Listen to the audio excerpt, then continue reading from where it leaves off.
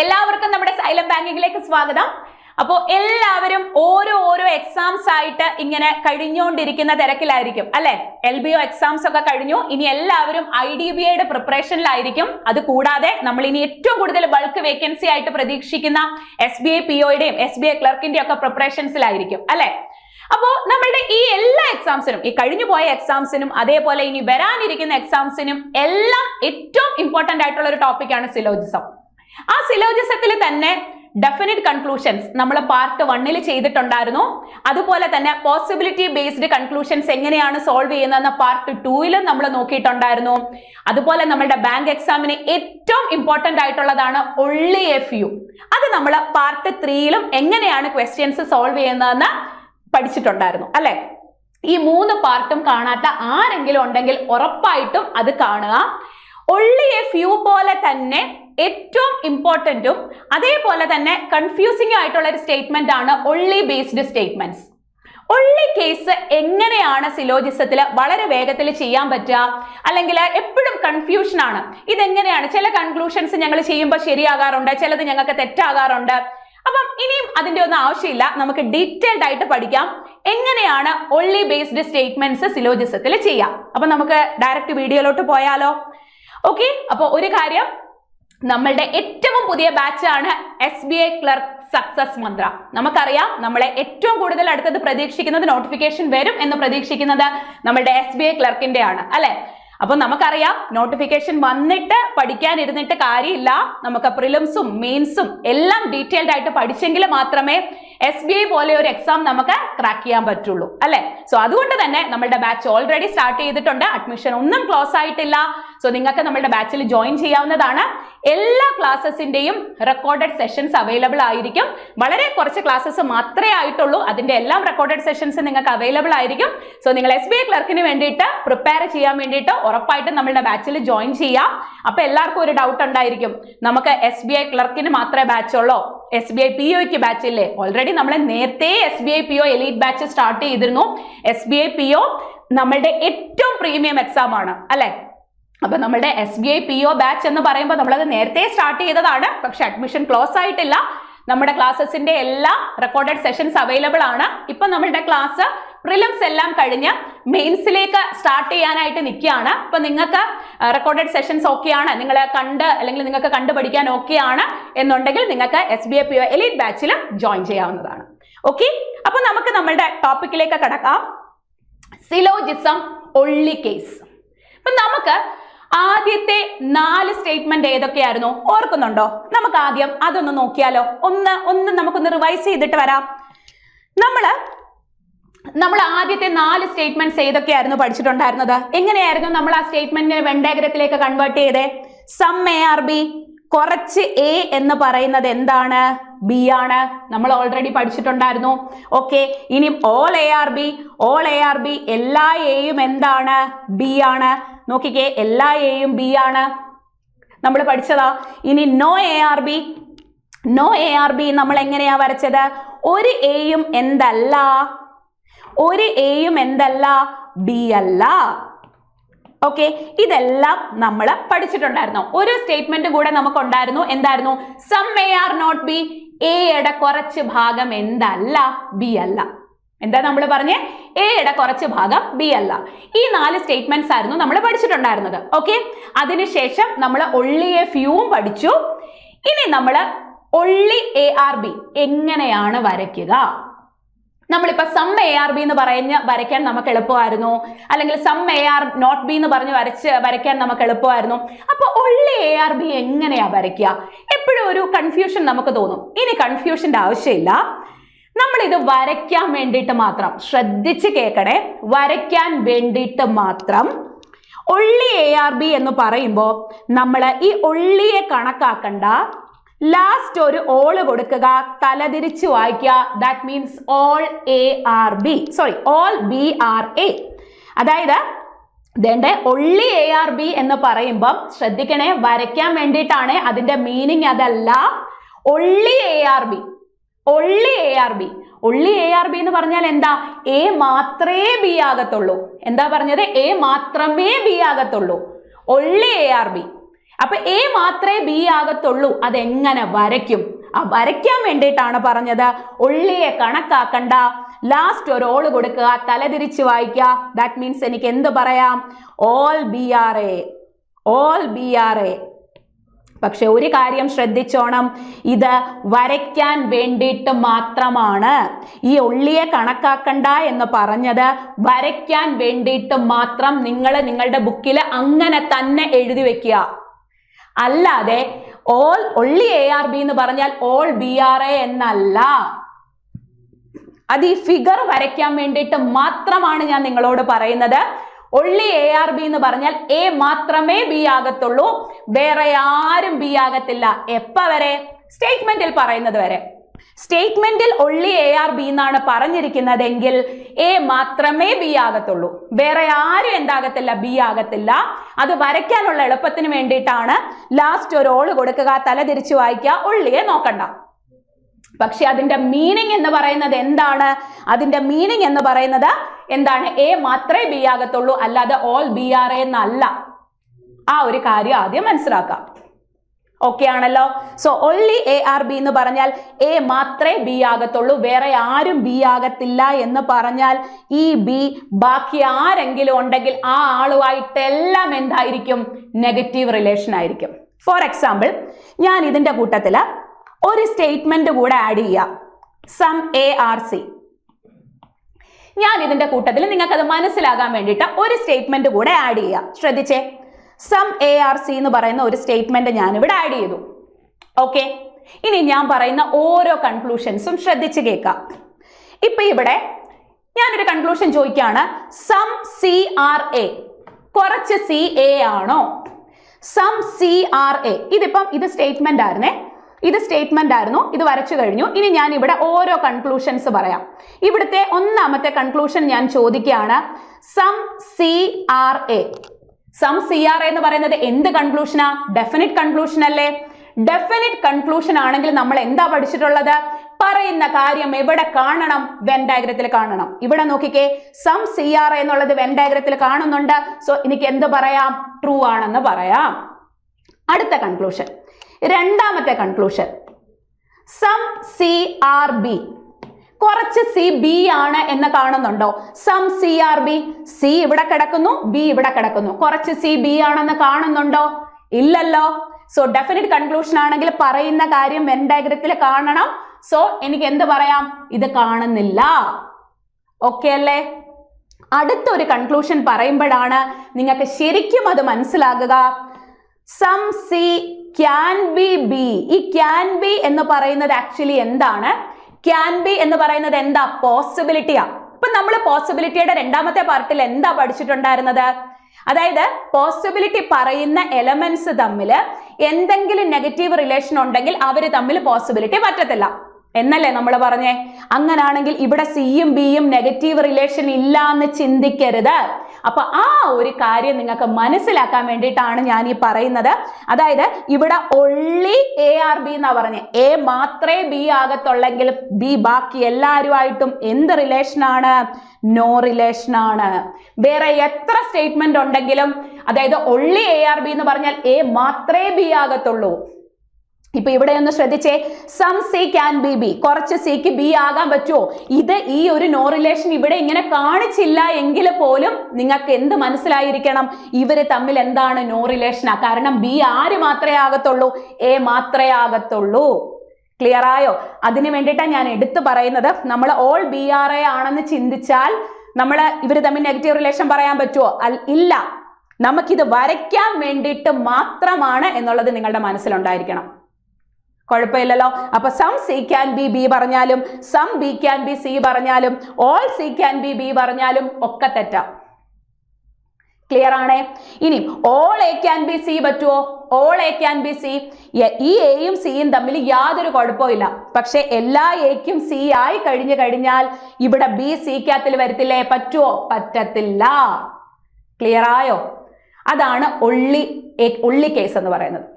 Okay, ഇനി ഇതേ statement, അതായത് ഇപ്പൊ ഞാൻ വേറൊരു സ്റ്റേറ്റ്മെന്റ് പറയാണ്. ഇവിടുത്തെ സ്റ്റേറ്റ്മെന്റ് എന്ന് പറയുന്നത് എന്തായിരുന്നു? ഒള്ളി എ ആർ ബിയും സം എ ആർ സിയും ആയിരുന്നു. ആണല്ലോ. ഇനി ഞാൻ വേറൊരു സ്റ്റേറ്റ്മെന്റ് പറയാം. വേറൊരു സ്റ്റേറ്റ്മെന്റ് നിങ്ങൾക്ക് ആ ഒരു ഡിഫറൻസ് ക്രിസ്റ്റൽ ക്ലിയർ ആയിട്ട് മനസ്സിലാകാൻ വേണ്ടിയിട്ടാണ്. Some A are C and all B R A. ഇത് വേറൊരു സ്റ്റേറ്റ്മെന്റാ. അപ്പൊ ഇതിന്റെ ഫിഗർ എങ്ങനെ വരയ്ക്കും നോക്കിക്കേ. Some A are C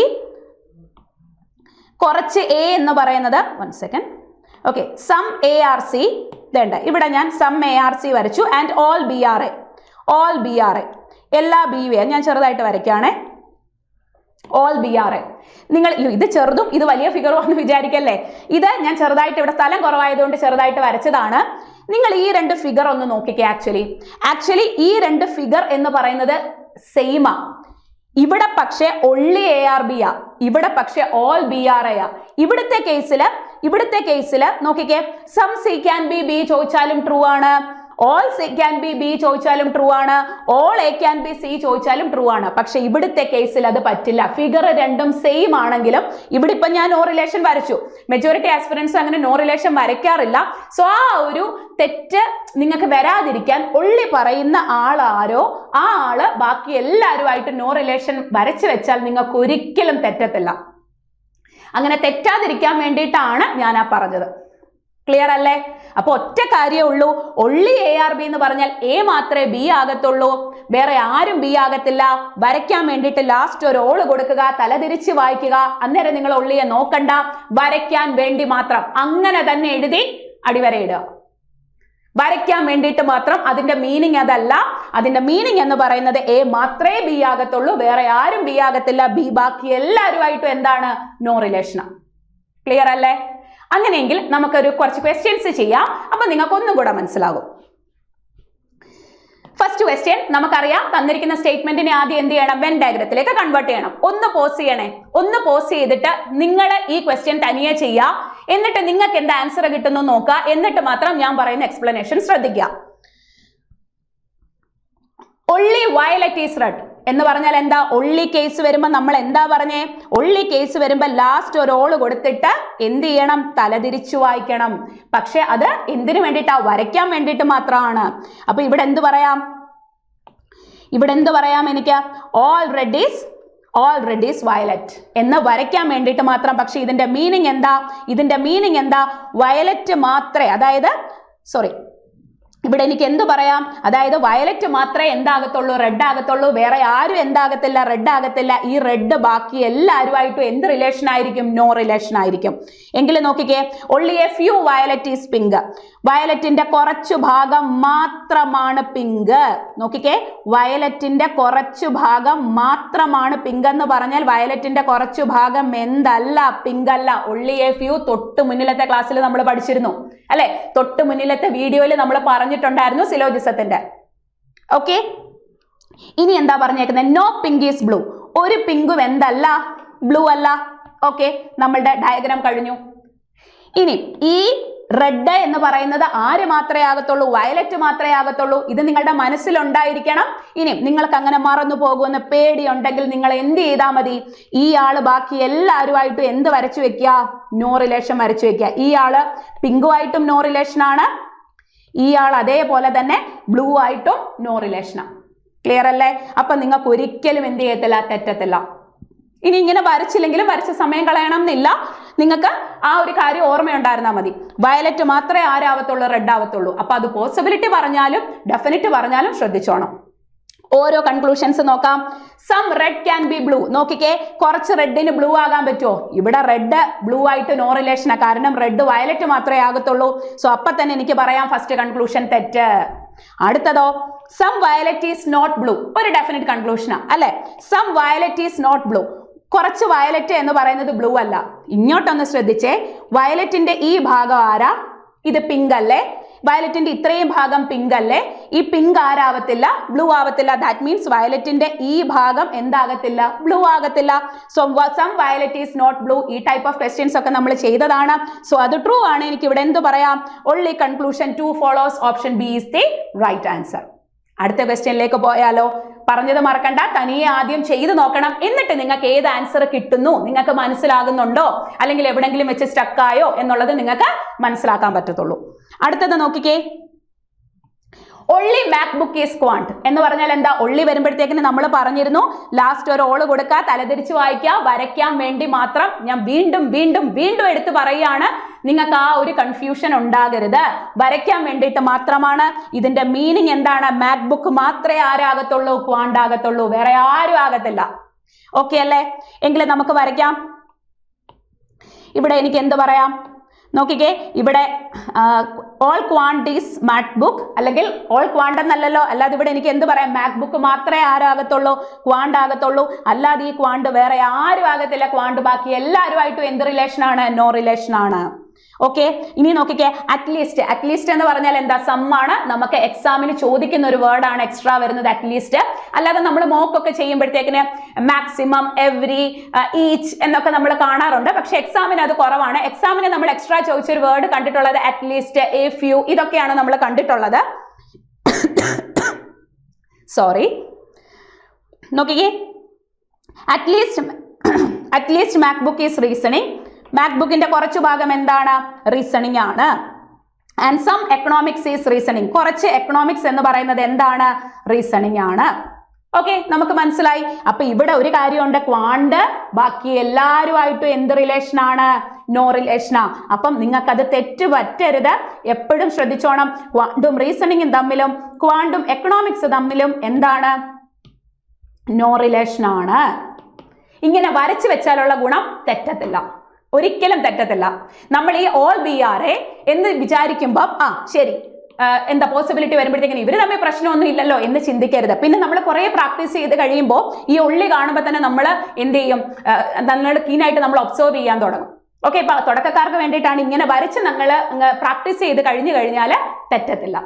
okay, നോക്കിക്കേ, all reasoning can be quant. എല്ലാ റീസണിങ്ങിനും ക്വാണ്ട് ആകാൻ പറ്റുമോ? ക്വാണ്ട് ഓൾറെഡി എല്ലാവരുമായിട്ടും നോ റിലേഷനാ. നമ്മുടെ ക്വാണ്ട് ആരോട് മാത്രമാണ്? മാക്ബുക്കിനോട് മാത്രമാണ് ഫ്രണ്ട്ഷിപ്പ് ഉള്ളത്. ബാക്കി എല്ലാവരുമായിട്ടും എന്താണ്? നോ റിലേഷനാ. ഓക്കെ, അല്ല sorry, all reasoning can be quant. എന്താ? തെറ്റാ. ശരിയായിട്ടോ, ശരി മാർക്ക് ചെയ്ത് വെച്ചേക്കുന്നത് തെറ്റാണല്ലോ. ഓക്കെ, അടുത്തതോ, some MacBook is not English.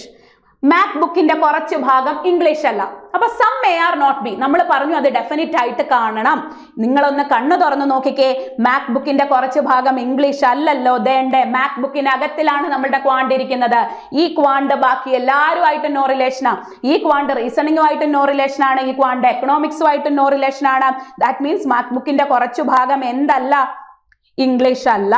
Sorry, ഇത് ഇംഗ്ലീഷ് ആയിരിക്കില്ല കേട്ടോ, ഇത് എക്കണോമിക്സ് ആണ്. It's a typing error. അത് എക്കണോമിക്സ് ആട്ടോ, എക്കണോമിക്സ് ആയിട്ട് എടുത്താൽ മതി. ഇംഗ്ലീഷ് അല്ല, എക്കണോമിക്സ്. ഓക്കെ, അപ്പൊ some MacBook is not economics എന്ന് പറയുന്നത് എന്താണ്? ട്രൂ ആണ്. ക്ലിയർ? അടുത്തതോ, നോ ഇംഗ്ലീഷ്. ഇത് ഇംഗ്ലീഷ് അല്ല കേട്ടോ, ഇത് എക്കണോമിക്സ് ആണ്.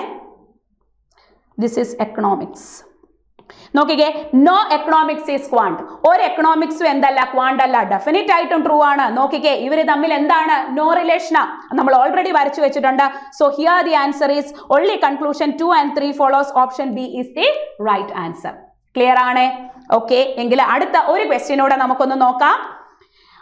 ഒള്ളി അസൈൻമെന്റ്സ് ആർ ടെസ്റ്റ് എന്ന് പറഞ്ഞാൽ എന്താ? അസൈൻമെന്റ് മാത്രമേ എന്താകത്തുള്ളൂ? ടെസ്റ്റ് ആകത്തുള്ളൂ. വരയ്ക്കാൻ വേണ്ടിയിട്ടോ നമ്മൾ ഒരു ഓള് കൊടുക്കുക. ദാറ്റ് മീൻസ് എന്ത്? എനിക്ക് വരയ്ക്കാൻ വേണ്ടിയിട്ട് മാത്രം എനിക്ക് എന്ത് പറയാം? എല്ലാ ടെസ്റ്റും എന്താണ്? അസൈൻമെന്റ് ആണ് എന്ന് വരയ്ക്കാൻ വേണ്ടിയിട്ട് മാത്രം. ഇതിന്റെ മീനിങ് അസൈൻമെന്റ് മാത്രമേ എന്താകത്തുള്ളൂ? ടെസ്റ്റ് ആകത്തുള്ളൂ. Only mock are exam. ആ ഒരു സെന്റൻസ് നമുക്ക് കണ്ടിന്യൂഷൻ ഇല്ല. നമുക്ക് അടുത്തത് നോക്കാം. Only a few mock are assignment. ശ്രദ്ധിക്കണേ, മോക്കിന്റെ കുറച്ചു ഭാഗം മാത്രമാണ് അസൈൻമെന്റ്. മോക്കിന്റെ കുറച്ചു ഭാഗം മാത്രമാണ് അസൈൻമെന്റ് എന്ന് പറഞ്ഞാൽ മോക്കിന്റെ കുറച്ചു ഭാഗം എന്തല്ല? അസൈൻമെന്റ് അല്ല. Very very very important one. Only a few mock are assignments. മോക്കിന്റെ കുറച്ചു ഭാഗം മാത്രമാണ് അസൈൻമെന്റ് എന്ന് പറഞ്ഞാൽ മോക്കിന്റെ കുറച്ചു ഭാഗം എന്തല്ല? അസൈൻമെന്റ് അല്ല. ഓക്കെ അല്ലേ? ഇനി അടുത്തത് നോക്കിക്കേ, ബാക്കി എന്താ പറഞ്ഞേക്കുന്നേ? Only mocks are exam. ദേണ്ടേ, only mocks are exam. Mock മാത്രമേ എക്സാം ആകത്തുള്ളൂ. വേറെ ആരും എന്താകത്തില്ല? വേറെ ആരും എന്താകത്തില്ല? എക്സാം ആകത്തില്ല. അപ്പൊ ഇവിടെ എനിക്ക് എക്സാമിനെ എവിടെ എഴുതാം? അല്ല sorry, only mock are exam എന്ന് പറഞ്ഞാൽ എന്താ? മോക്ക് മാത്രമേ എക്സാം ആകത്തുള്ളൂ. ദാറ്റ് മീൻസ് ആ എക്സാമും അതേപോലെ തന്നെ വേണ്ട ഇവിടുത്തെ ഈ ടെസ്റ്റും ബാക്കി എല്ലാവരുമായിട്ടും എന്താണ്? നോ റിലേഷൻ ആണ്. കത്തിയോ? ഈ ഓരോ സ്റ്റേറ്റ്മെന്റ്സും നന്നായിട്ട് മനസ്സിലാക്കുക. ഇവിടെ നോക്കിക്കേ, ആദ്യം പറഞ്ഞിട്ടുണ്ടായിരുന്നു only assignments are test. Assignment മാത്രമേ ടെസ്റ്റ് ആകത്തുള്ളൂ, വേറെ ആരും ആകത്തില്ല. Only a few mocks are assignment. മോക്കിന്റെ കുറച്ചു ഭാഗം മാത്രമാണ് അസൈൻമെന്റ് എന്ന് പറയുമ്പോൾ മോക്കിന്റെ കുറച്ചു ഭാഗം അസൈൻമെന്റ് അല്ല. അടുത്ത നടുക്കലത്തെ സ്റ്റേറ്റ്മെന്റ് എന്തായിരുന്നു? Only mocks are exam. Mock മാത്രമേ എക്സാം ആകത്തുള്ളൂ എന്ന് പറഞ്ഞാൽ ഓൾ എക്സാം ആർ മോക്സ് എന്ന് വരയ്ക്കാൻ വേണ്ടിയിട്ട് എക്സാം ബാക്കി എല്ലാവരുമായിട്ടും എന്താണ്? No relation. ഓക്കെ, ആ നോ റിലേഷൻ ഉള്ളതുകൊണ്ട് ഞാൻ ഇവിടെ ഹൈലൈറ്റ് ചെയ്തേക്കാണ്. ഇനി നമുക്ക് എന്ത് ചെയ്യാം? കൺക്ലൂഷനിലേക്ക് വരാം. നിങ്ങൾക്ക് വേണമെങ്കിൽ എന്ത് ചെയ്യാം? നോ റിലേഷൻ മാർക്ക് ചെയ്യാം. ഇതേപോലെ ഈ ടെസ്റ്റും ഈ മോക്കും തമ്മിൽ നോ റിലേഷൻ മാർക്ക് ചെയ്യാം. വേണ്ട ഇതേപോലെ നമ്മുടെ ടെസ്റ്റും ഈ ടെസ്റ്റും അതേപോലെ തന്നെ നമ്മളുടെ മോക്കും തമ്മിൽ നോ റിലേഷൻ മാർക്ക് ചെയ്യാം. അതേപോലെ തന്നെ ഈ ടെസ്റ്റും ഇത് സെപ്പറേറ്റ് ആയിട്ട് നിങ്ങൾ എക്സാം എന്ന് മാർക്ക് ചെയ്യേണ്ട ആവശ്യമില്ല. കാരണം മോക്കുമായിട്ടാണെങ്കിൽ ബാക്കി എല്ലാവരുമായിട്ട് നോ റിലേഷൻ ആയിരിക്കും. ക്ലിയർ അല്ലേ? അതേപോലെ ഈ എക്സാം വേറെ ആരുമായിട്ടാണ്? നമ്മളുടെ ഈ അസൈൻമെന്റുമായിട്ടും ടെസ്റ്റുമായിട്ടും ഒക്കെ എന്താണ്? നോ റിലേഷനാണ്. കുഴപ്പമില്ലല്ലോ. കൺക്ലൂഷനിലേക്ക് വരാം. No test is exam. ഒരു ടെസ്റ്റും എക്സാം അല്ല. ഡെഫിനറ്റ് ആയിട്ടും ട്രൂ ആ. നോക്കിക്കേ, ഈ ടെസ്റ്റ് മോക്കുമായിട്ട് നോ റിലേഷനാ. രണ്ട് രീതിയിൽ പറയാം. ഈ ടെസ്റ്റ് മോക്കുമായിട്ട് നോ റിലേഷൻ ആണ്, മോക്കിനകത്തിലാണ് എക്സാം. സോ അങ്ങനെ തന്നെ ട്രൂ ആ. അത് മാത്രമല്ല, നമ്മളുടെ എക്സാം മോക്ക് മാത്രമേ ആകത്തുള്ളൂ, വേറെ ആരും ആകത്തില്ല. അപ്പൊ രണ്ട് വഴിക്ക് പറഞ്ഞാലും ഇതെന്താണ്? ട്രൂ ആണ്. സോ രണ്ട് വഴിക്ക് പറഞ്ഞാലും ഫസ്റ്റ് കൺക്ലൂഷൻ എന്താണ്? ട്രൂ ആണെന്ന് പറയാം. ഓക്കെ അല്ലേ? ഇനി നോക്കിക്കേ, രണ്ടാമത്തേതോ? Some mocks are assignment. നോക്കിക്കേ, കുറച്ച് മോക്ക് അസൈൻമെന്റ് ആണോ? യെസ്, കാണുന്നുണ്ടല്ലോ. യെസ്, ഇവിടെ നമുക്ക് ഡെഫിനറ്റ് ആയിട്ടും കാണാമല്ലോ. Some mocks are assignment. വേണ്ടേ? സോ ഇവിടെ ട്രൂ ആണ്. Both the conclusion follows. Option E is the right answer. No test is exam. ഒരു ടെസ്റ്റും എക്സാം അല്ല. ഡെഫിനറ്റ് ആയിട്ടും ട്രൂ ആണ്. ഒരു ടെസ്റ്റും എക്സാം അല്ല, ട്രൂ അത്. ക്ലിയർ ആയോ? ഇത്രയേ ഉള്ളൂ ഒള്ളി. ഈ ഒരു കോൺസെപ്റ്റ് മനസ്സിലാക്കി കഴിഞ്ഞാൽ ഒൺലി ബേസ്ഡ് ക്വസ്റ്റ്യൻസ് നിങ്ങൾക്ക് നല്ല രീതിയിൽ എന്ത് ചെയ്യാൻ പറ്റും? ചെയ്യാനായിട്ട് പറ്റും. ഓക്കെ, അപ്പൊ എല്ലാവർക്കും ക്ലിയർ ആയോ? നിങ്ങൾ നന്നായിട്ട് വീഡിയോസ് കാണുക. ഫസ്റ്റ് ഓഫ് ഓൾ ആ കോൺസെപ്റ്റ് മനസ്സിലാക്കുക, എന്നിട്ട് ക്വസ്റ്റ്യൻസ് ചെയ്യാം. അപ്പോൾ ഉറപ്പായിട്ടും നിങ്ങൾക്ക് മനസ്സിലായോ ഇല്ലയോ എന്നുള്ളത് ഉറപ്പായിട്ടും എല്ലാവരും കമന്റ് ചെയ്യണം. കാരണം നിങ്ങളുടെ കമന്റ്സ് ആണ് നമ്മളുടെ മോട്ടിവേഷൻ. നിങ്ങൾക്ക് എങ്ങനെ ചെയ്യാൻ പറ്റുന്നുണ്ടോ? നിങ്ങൾ വേറൊരു ക്വസ്റ്റ്യൻ എടുത്തിട്ടും ഈ പറയുന്ന കോൺസെപ്റ്റ് വെച്ചിട്ട് നിങ്ങൾക്ക് ചെയ്യുമ്പോൾ ആൻസേഴ്സ് കറക്റ്റ് ആയിട്ട് കിട്ടുന്നുണ്ടോ? അപ്പൊ ശരിക്കും പറഞ്ഞാൽ നമ്മുടെ സിലോജിസത്തിന്റെ ഒൺലി കേസ് വരെ എത്തി. ഇനി എല്ലാവർക്കും എയ്തർ ഓർ കേസ്, അതായത് എയ്തർ ഓർ എപ്പോഴാണ് ആൻസർ ആയിട്ട് വരിക? എയ്തർ കൺക്ലൂഷൻ 1 ഓർ കൺക്ലൂഷൻ 2 എപ്പോഴാണ് ആൻസർ ആയിട്ട് വരിക? അപ്പൊ അതിനും നമുക്ക് ഇതേപോലെ എളുപ്പ മെത്തേഡ്സ് ഉണ്ട് പഠിക്കാൻ വേണ്ടിയിട്ട്. അപ്പൊ നിങ്ങൾക്ക് എയ്തർ ഓർ കേസിന്റെ വീഡിയോ വേണമെങ്കിൽ ഉറപ്പായിട്ട് നിങ്ങൾ താഴെ കമന്റ് ചെയ്യുക. അതേപോലെ തന്നെ നിങ്ങൾക്ക് മനസ്സിലാകുന്നുണ്ടോ? നിങ്ങൾക്ക് നിങ്ങളുടെ അഭിപ്രായം ഉറപ്പായിട്ട് നിങ്ങൾ കമന്റ് ചെയ്യുക. നന്നായിട്ട് പഠിച്ചോളുക. 2025 ഒരുപാട് വേക്കൻസീസുമായിട്ട് ഒരുപാട് എക്സാംസ് വിളിക്കുന്നുണ്ട്. സോ നന്നായിട്ട് എല്ലാവരും പ്രിപ്പയർ ചെയ്യുക. നമുക്ക് അടുത്തൊരു വീഡിയോയിലൂടെ കാണാം. All the best.